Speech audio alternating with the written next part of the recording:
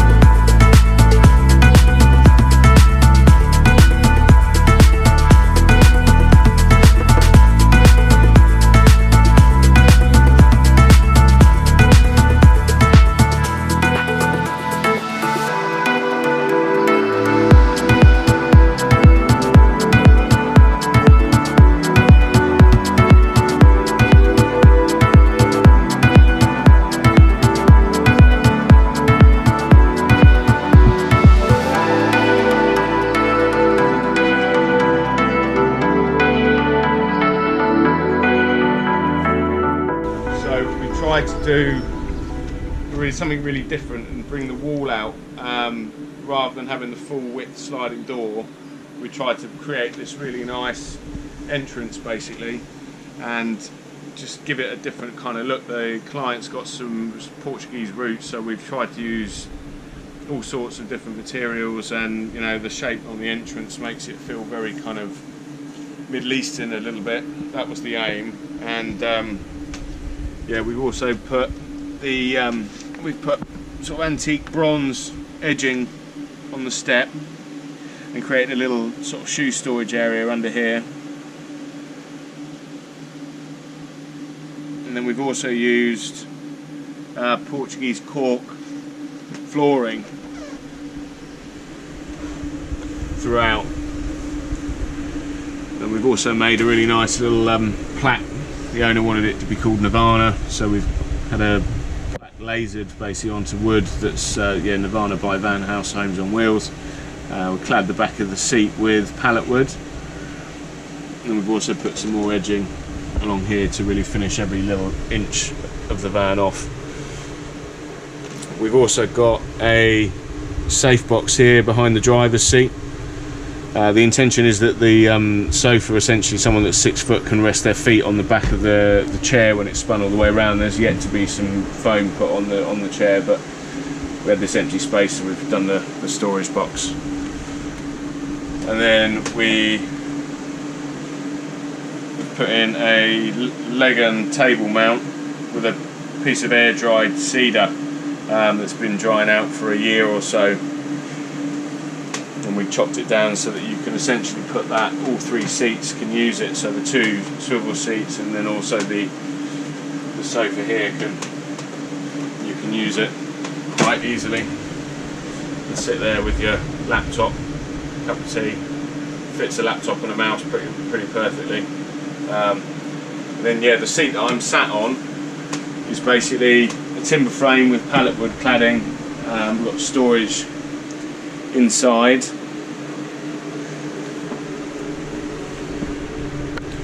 and then we've also got storage here, which is half of an old wine barrel that I've actually had for quite a long time. The owner actually bought another one, but it was too recently, it had wine in it, so it weighed an absolute ton, so we sacrificed mine.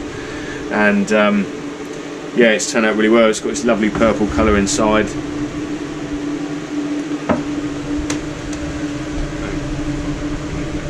And then we've got another window here. So we wanted to do something a bit different and create some internal shutters. So it's a Dometic site, so there's 4 windows still. We've made these lovely little inside internal shutters basically, and they've got Portuguese cork inlay with a timber frame. And then you've still got the blind and the bug screen from the Dometic window. And then it obviously hinges outwards to nearly 90 degrees.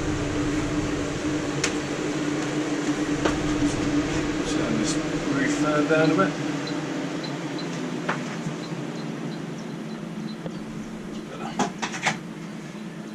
And yeah, so we use the Portuguese cork throughout basically, so rather than just cladding the whole van in tongue and groove, we've used 2 different types of Portuguese cork on either wall, and then on this side we've done the same. We've just kind of tried to mix it up a bit really. And on both sides we've got these nice little down lights. Again, I'll show you that in a minute. But and then the layout in this van took a lot of thinking out, to be honest with you, because it's an extra long wheelbase, so it's got a lot of extra space compared to a long wheelbase. As much as it's only about 60 centimetres on paper, it's quite a bit more space. It's the difference between having a double bed or a single bed at the back. So rather than having any vertical walls and kind of breaking up the space, we decided to put the shower inside the kitchen almost, so it looks like a kitchen unit. I've had a couple of people say to me, oh, so there's no shower in this van, but there is. So basically you lift this up, put that on there, which is just a bit of rope that we've had to heat shrink just to make sure it doesn't fray or anything like that. And then you've got the shower head mount there. The doors open, so the idea is you can keep them open, put your shower mat down, and then you've got the shower head that goes up there. And we've done kind of exposed copper pipe work with various, a cold and a hot valve It's got a ceramic shower tray which is 700 by 900, and then we've got this really beautiful copper plastic panelling, but honestly I've had about 4 or 5 people who said to me they thought this was sheet copper, so yeah, that was the intention basically. So yeah, and then we've also got up the top, we've got a copper rail which I've bent so that you can basically clip on a shower curtain or hook it on, whatever's easiest when you need to use it basically, and then just shut it all away essentially, and then it's kind of gone. And then when it's all closed up, it just looks like another kitchen unit basically.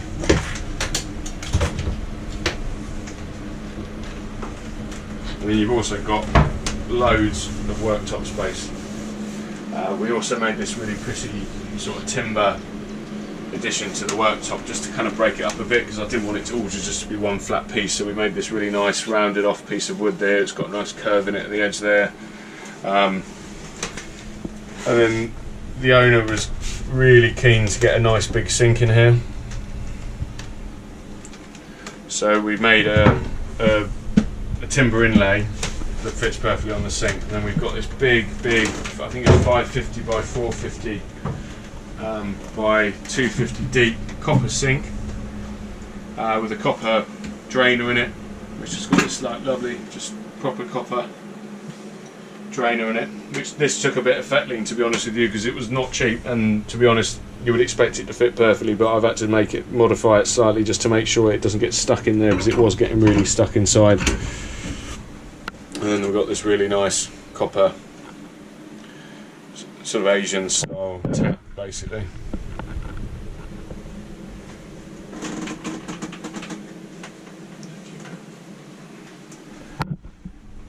And then obviously, because the sink's very close to the bed, wanted to make sure that your pillows weren't getting splashed and all that sort of stuff, so rather than just put a piece of wood there, we thought we'd make something pretty, so I'm going to hand make this curved piece of wood with another piece there which meets up with the splashback, so that goes all the way up to the ceiling. It's all really nicely rounded off, dark stain, and lots of satin varnish, and just in person it looks amazing. The owner also managed to find these lovely, they're actually coasters, but we ended up using them as tiles, and it's worked out really well actually. So they come in packs of 4, there's 4 different patterns, and then we've just mixed them up basically and grouted them, and I think they just really finish it off and make it look like a really homely sort of kitchen. And then on this side we've got a Thetford Duplex Piezo ignition oven, so this works off of just LPG, so it doesn't require any 12-volt ignition. It's a really nice oven. I've used this one in my own personal van. I've used it in every van that I've done, apart from the last Sprinter actually, because the owner bought his own oven prior to coming to me. We've put a 240-volt plug on the worktop here, so this has got the option of being powered by the inverter or by the mains hookup. So when I show you in the back, you'll see the electrical setup in this van is quite thorough, so you've got the option to kind of switch between the two basically. And then we've got an assortment of different cupboards and a drawer underneath the hob. And then we've got a Propex HS2000 blown air heater in there, so that's an inboard model. And that's got 2 outlets. So there's an outlet just here which is going to the bed, and then there's an outlet just here which is for the kind of middle of the lounge area basically. And again, we didn't want to sacrifice on worktop space, so we went with a Dometic hob. So we hid it underneath the worktop basically and bought some sheet copper. So we've got a sheet copper splashback, and we've got a Thetford gloss black LPG hob which has got a click 12-volt ignition, and then you can just hide it away. And then underneath here we've got just another extension of the worktop, and I really like the fact that we've done like a dual level basically. It just breaks it up a bit. It's a huge kitchen if you look at it really. It's, I've not seen many vans that have got this much worktop space, to be honest with you, and still have got everything. So we've got a CRX 110 12-volt fridge. It can be run off mains, but they're so efficient you really don't need to, and this van's running 810 watts of solar on the roof, so you really don't need it. on mains power, so this is a really big fridge for a van. Again, the same one I fitted in the Crafter and my own personal van.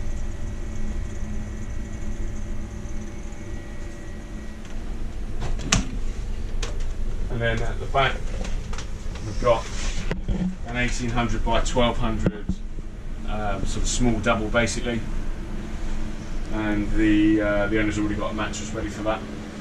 And then we've also got along here, we've got all the lighting for the van basically. So we've got two domestic copper style sort of quad rocker switches basically. So these ones do all of the down lights, these ones do all the wall lights. The middle ones are on one zone, so you've got one either side above the shower and the hob. This is above the bed. This does the water tank. And then we've also got a USB socket there, which is just a dual USB socket with a really faint glow around it, just so you can see it at night when it's dark. And then also we've got a domestic fresh jet air conditioning unit in this van, so that's the controller for that. And we've got two Max Air roof fans. This remote can do both of them, so you do get two obviously if you bought two, but you can use one remote for either, so that works really well. And then we've tried to make the van feel really warm and cosy at night, so I've burnt every single one of the slats of wood that's on the ceiling. So yeah, that took a lot of time, but it's worked out really nice, and we've just put 2 coats of satin varnish on it, and it's turned out really lovely. And then at the back we've got this big sort of hatch basically, which opens up, so when you're in bed the idea is you can open the back doors all the way out, and then you can lower the hatch, and then you've got like an outside table basically. So when you're sat in bed you can always put your lunch out there, a book, your laptop, whatever you want. You've got an amazing view right next to you when you're sat in bed. You know, you probably could do yoga on top of the bed if you wanted to, or meditate, whatever you really want to do, or just chill out watching something on Netflix if that's your thing. I think the owner just wants to have a really nice view out the back. And like I said, we've got these downlights. We've got an uplight, a downlight, and then we've also got here, we've got the Propex controller. So I just didn't want to have a plastic display panel on the wall here, so I've basically made a little surround for it. So this is the new digital thermostat that Propex supplies, so you can set the temperature in the van that you want. It's got a timer. It's really smart, and you wouldn't really notice that it was there. You just hold the power button to turn it off. And then we also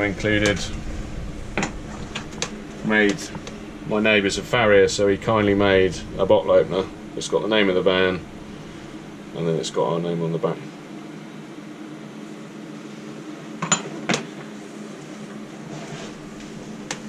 And then what I'll do now is I'll take you around the back and I'll show you the hatch whilst it's open, I'll show you the electrics cupboard, and I'll show you the water system. Yeah. So the back of the van I'm really proud of. I think it's, I mean, I've had a couple of friends of mine that have come to have a look at the van, and I've got an immediate wow when I've heard them go around the back of the van.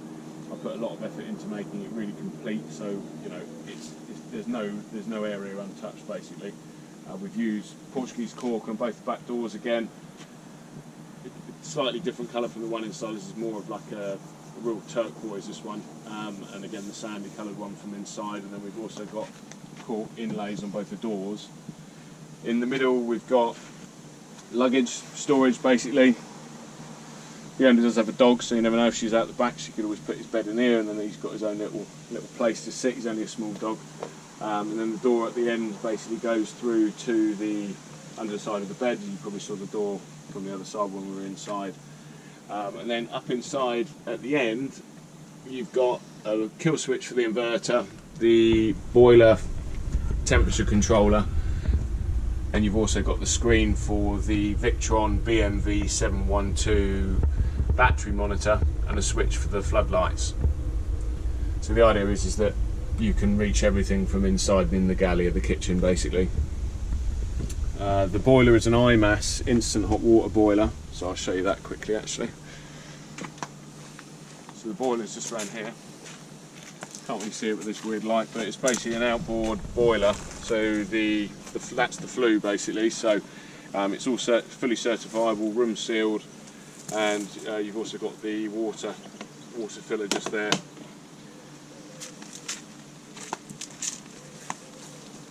So yeah, so the back, basically the idea is that we had this hatch, so instead of having rear windows, you've still got the option to swing the doors all the way out, have them like this, they can go all the way out.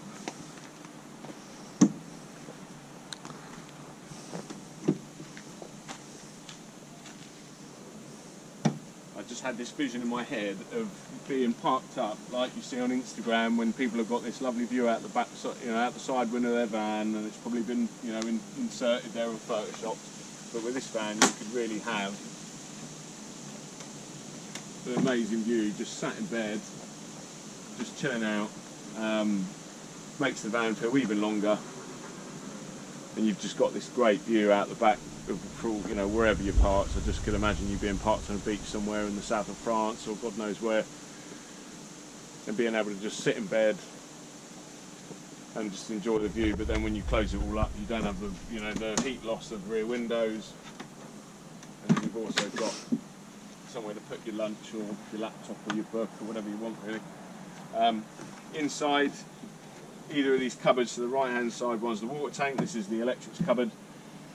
So yeah, there's quite a lot going on in here, so it might look a bit confusing for some people, but up on the left hand side we've got the solar charge controller, all the 12 volt fuse boxes, and then we've got two 40 volt fuse boxes, basically, one of which deals with all the leisure hookup, the air conditioning and the battery charger, and then the other one is for the between the inverter and the plug socket, basically.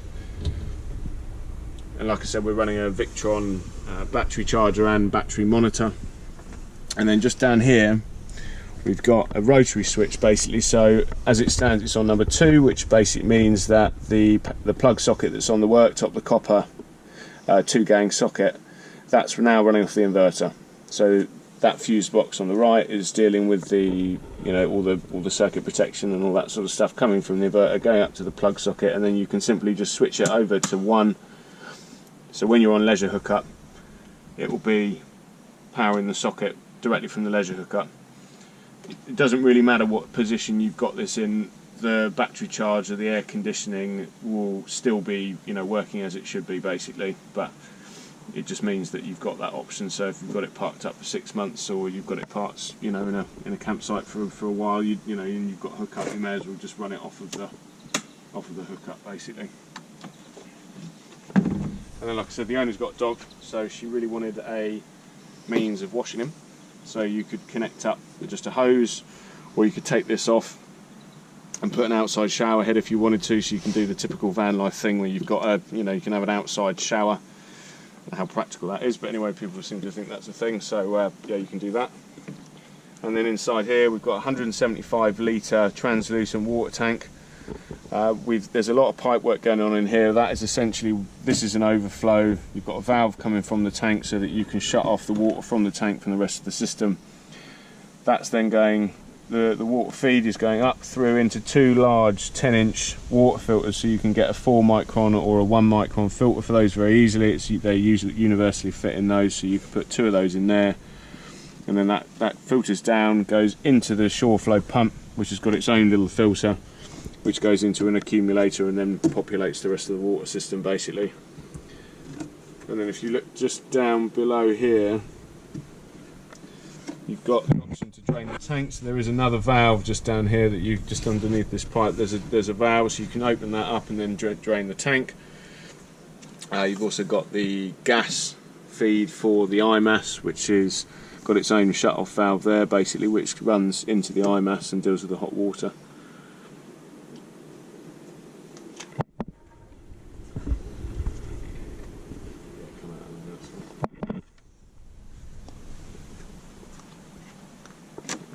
Just realised that I've not shown you one of the coolest features of the van, so what I'll do is I'll go back in the van, I'll show you that quickly, and I'll quickly give you a run through what's on the roof. Right, so like I said at the beginning, we've got this lovely kind of opening basically for the doorway. So instead of having the full width doorway, we've got this opening which has given us more worktop space. It's given us space for the fridge without blocking the doorway.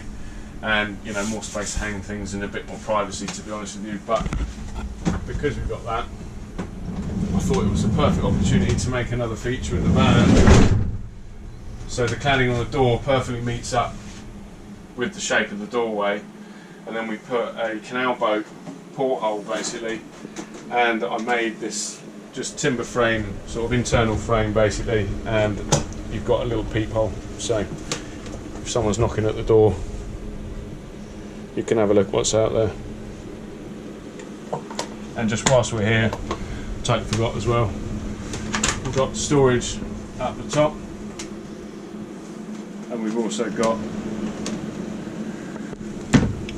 cladded the ceiling of the cab basically. So underneath here we've tried to create almost like a chalet sort of style, and then you've also got the thing for opening the awning up basically, which I'll show you in a minute.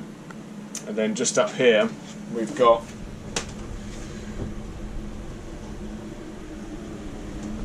these three little sort of timber storage boxes, which is almost as an extension of the kitchen storage basin, and then I've bent another piece of copper around to keep them in place, and these are just really easy to take in and out. And then I made some more copper kind of really strong brackets that are mounted to the pieces of timber I've got connected to the ribs of the van basically. And yeah, so what I do now is I'll take you outside, I'm going to open the awning up and I'll tell you about what's on the roof. Right, so the outside of this van, on the roof, it's got quite a hefty solar setup. So we've got 3 Perlite Delta 270 watt Eclipse panels, and we've also got 2 Max Air roof fans as I showed you inside, and it's got a Dometic FreshJet 1400 air conditioning unit.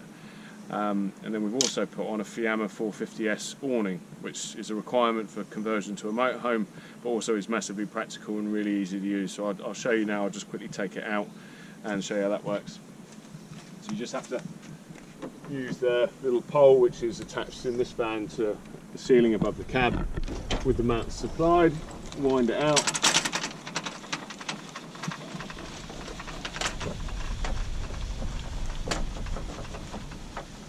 It hangs really low when it first comes out, and then it's got telescopic arms basically. So pop that away. And the arms are in the kind of front bit of it basically. And it's got little knobs on them there, slide them out, and you pop them in the Fiamma brackets that come with the awning, and then you can adjust the height of the awning with the arms, just tighten them up a bit, and then again the same on this side.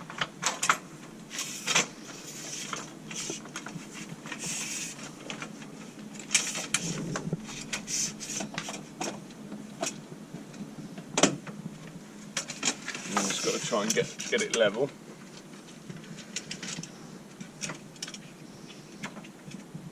It's got this really nice grey inlay to the underside and the top of the awning, so yeah, quite modern, but it looks a lot more smart than the beige and white option that they do. So yeah, I'll be fitting this to my library bus definitely. I think they go up to about 5.5 metres.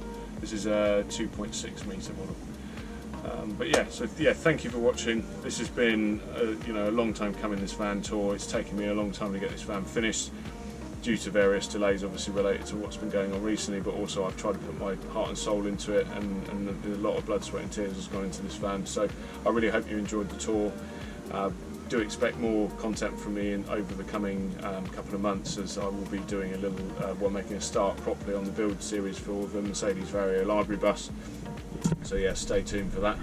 And of course, as always, please leave a comment, let me know what you think, and make sure you to like, subscribe, press the bell button, and also make sure you're following us on Instagram, because I do post a lot of photos of progress and things like that when I haven't got time to make a video.